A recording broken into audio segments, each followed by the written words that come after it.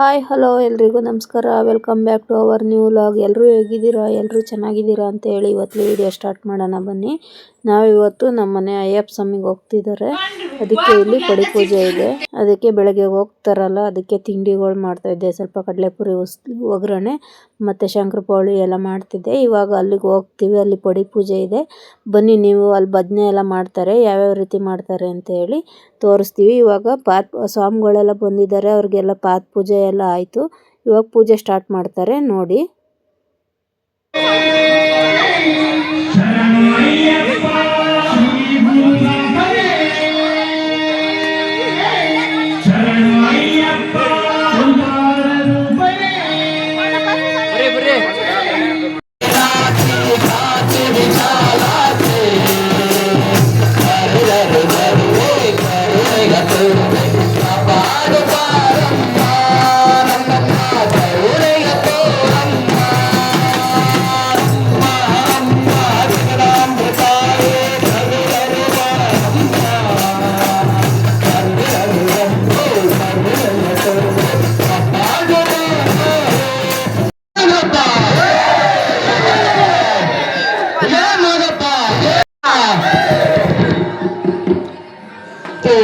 ಸಿಂಗಾರ ಕಳಸ ಬಂಗಾರ ಎಲ್ಲಿಯೇ ಸಿಂಗಾರ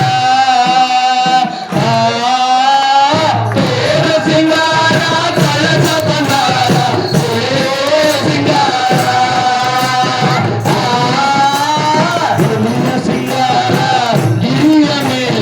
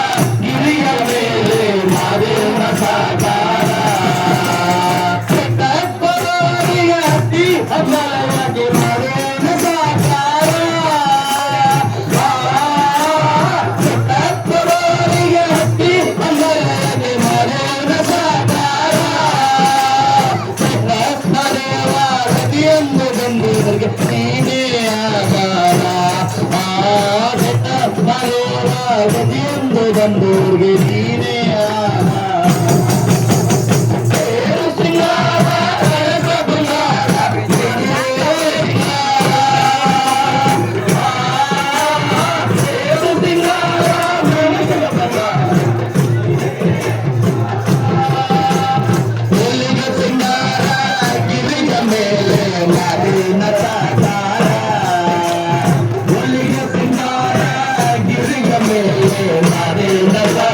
Hare